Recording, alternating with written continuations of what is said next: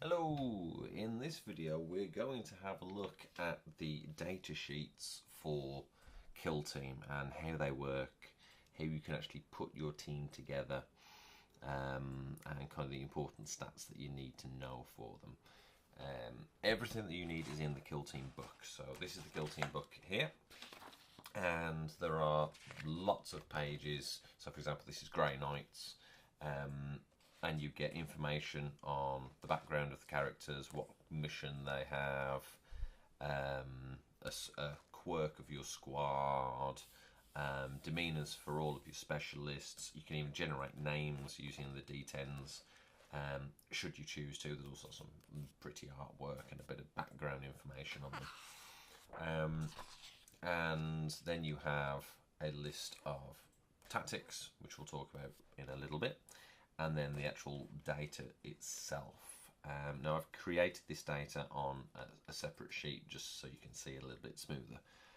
But the idea is that you have what your people are, what you can have within that, and their war gear options. So every unit, every model, sorry, can take something very, very different. They also have abilities. If they are psychics, so the Grey Knights have a psyker, as do the Thousand Sons. Any specialists you can take, and keywords. On this side we have all of the ranged weapons and all of the abilities within that, and then same for melee weapons and how many points each person is worth, and points for ranged and melee weapons as well. So I am going to go forward to not Astrum, not Mechanicus, not Heretics. Here we are, Death Guard. So these are the guys who are in the video, and the guy I'm specifically going to look at is this fella. Even though he's not very painted, this is my champion. So I can find out his name. So I would roll two D10s and I can figure out his name from here. I've already done this. His name is Ransidius which is a great name. So he has a name, but he needs to have abilities. He needs to have some data to go with him. So I'm going to pop him over here and turn over the page to a glorious picture of Death Guard. Yay. So, all the tactics are here. Again, we will come to the tactics in a bit, and we're going to look at this page here. So, what we're going to start with is look at the Plague Marine information here.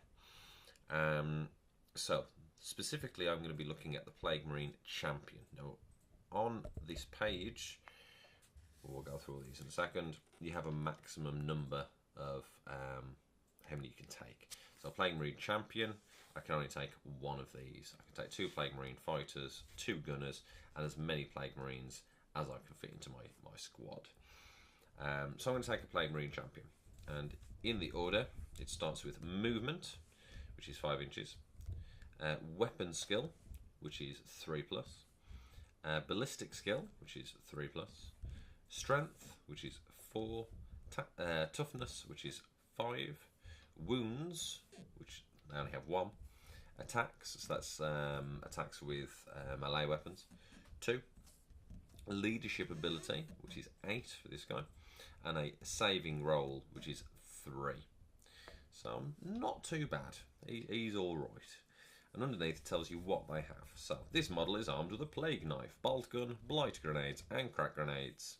Up to 2 plague marines can be gunners, 2 can be fighters, and 1 plague marine in your kill team can be a plague champion, which is my fella who we've got over there. Underneath it tells you what you can have.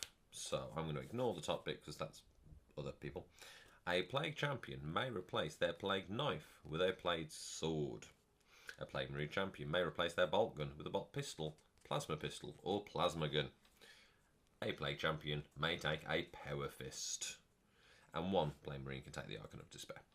So, when it comes to building your character, you can decide how you want to build them. What I've done with my champion, here he has a plague sword. He has a power fist, since he has a gigantic fist, and he has a plasma gun, which is being held on by a tentacle, because, you know, why not?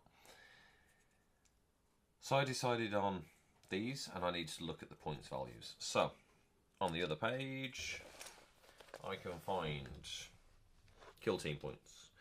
Plague champion is 15 points, so he's a 15-point model. I then decided to add in a power fist, which cost me 4 points.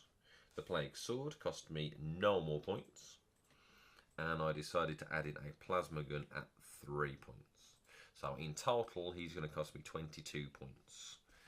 A bog standard plague marine costs 14, so quite expensive, but he has a lot of abilities and a lot of cool weapons which cause a lot of damage.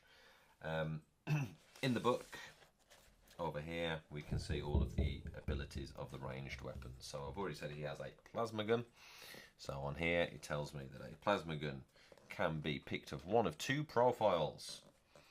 Standard is 24-inch range, rapid fire 1, 7 strength, -3 AP, which is armor piercing, so that will alter your saving throw, and 1 damage. I can also supercharge it, which has never gone well for me.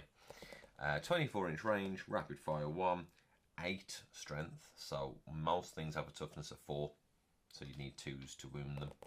3 AP, so armor piercing, and 2 damage. Sounds great, but on an unmodified hit roll of 1, the bearer is taken out of action after all this weapon shots have been resolved. So there's a very good chance of rolling a 1, if you may, and it blows up in your face and you're taken out of action. So it's risky, it can be amazing, however it generally doesn't work, unless you're very lucky. So melee weapons, I decided I was going to go with a plague sword, mainly for the ability. So range is melee, type is melee, so you can only hit them up close. Strength is user, so whatever the strength of your character is, in this case it was 4, that is what the strength will be for that character. AP of 0, so no arm piercing, it will not change the saving throw at all, and damage of 1. However, the ability, you can re-roll failed wound rolls for this weapon. So if I attack and I hit, and then I fail the wound roll, I can then roll it again. If it was the plague knife, I can only re-roll wound rolls of 1. So little bit more powerful, and it costs no more points.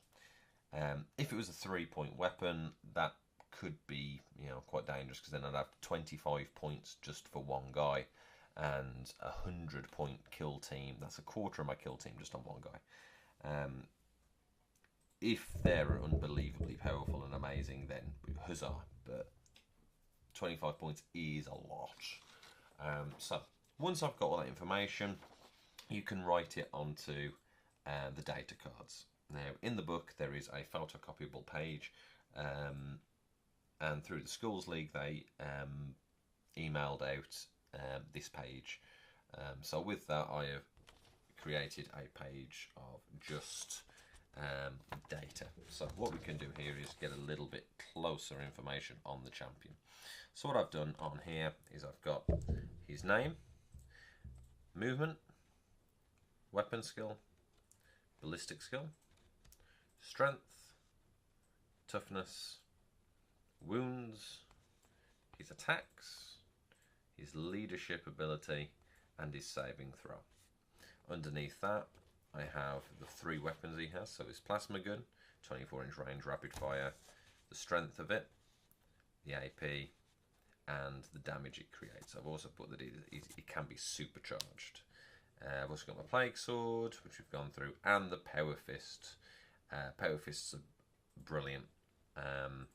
They are melee weapons, obviously, but it's ×2 strength. So his strength is 4, it's ×2, so his strength is 8 when he's attacking things. So for most things, you're going to decimate them. AP of 3, -3. So with a saving throw of 3, you'd have to get an extra 3 on top of that. So you'd have to roll a 6. And D3 damage. With it being a D3, you roll a die, half the results, and then round it up. So a 1 and a 2 would be 1 damage, a 3 and a 4 would be 2 damage, and a 5 and a 6 would be 3 damage. This is where it gets a little bit of a pain with a Power Fist. You have to subtract 1 from hit rolls because it's quite a difficult weapon to use. I'd need to roll a 3. Yep, I need to roll a 3. However, because I have to subtract 1, I'm actually going to have to roll a 4 in order to cause that damage. Underneath, I've also got his abilities. So, as an example, Death to the False Emperor. If I'm fighting Imperium targets and I roll a 6 on the hit roll, it creates another attack, which is impressive when it works. Transhuman Physiology. You ignore the penalty from the first flesh wound, and Disgusting and Resilient. The best thing about having a Nurgle kill team. When you lose a wound, roll a d6. On a 5+, it does not lose the wound, and that includes mortal wounds, which is outstanding. So that's the basis of how all these works. Very quickly, we'll have a quick look at tactics. Every round, you will get command points, and there are trackers that you can use to keep an eye on how many command points you have. Every command point costs, every tactic, costs command points. There are generic ones, and there are ones specific to your kill team. So, as an example, one of the abilities for the Death Guard is called Cloud of Flies, and it can only be used by Death Guard, and it costs 2 command points. When you use this tactic at the end of the movement phase, pick a model from your kill team. Until the end of the battle round, enemy models can only shoot that model if it's the closest visible target to them. So if you have a very, very powerful person that you want to keep safe, you could use that, spend those 2 command points, and they would be safe. There's also some things like Grandfather's Blessing, because Nurgle, you have Grandfather Nurgle, who is the kind of god behind the Death Guard. Use this tactic at the start of the first battle round. Pick a model from your kill team and roll a d6. On a 1, that model is found unworthy and suffers d3 mortal wounds, so that's bad. But on 2+, add 1 to hit and wound rolls until the end of the battle. And you can only use it once, and it costs 2 command points. So you get 2 command points at the beginning of the battle. 1 because you have your commander on the field, and another 1 because it's a battle round. If your commander dies, so this is my leader. If he dies, I'd only get 1 every battle round. As long as he's still on the field and not shaken or taken out of action, you will receive an extra 1 every round. So very quick kind of look into how that works. With all of this information, you can put together a kill team. You can look at the best options for building that will work with your play style. So if you're very shooty, you can build lots of shooty people. If you like running in and hacking and slashing at people, you can do that. The First Strike and No Fear sets are excellent sets for starting kill teams. The First Strike set is £25 and contains Primaris Marines and most of the Death Guard that I've used today. So very good value. You get 2 kill teams in there, and if you pick up the kill team box as well, you get an extra 2 kill teams. You get Genestealer Cull, who are outstanding, and Adeptus Mechanicus, who are scarily powerful, but very, very weak. So yeah, you can use the book to find out all the information, build your kill team information, and then you can build your kill team and then play with them. Thank you for watching.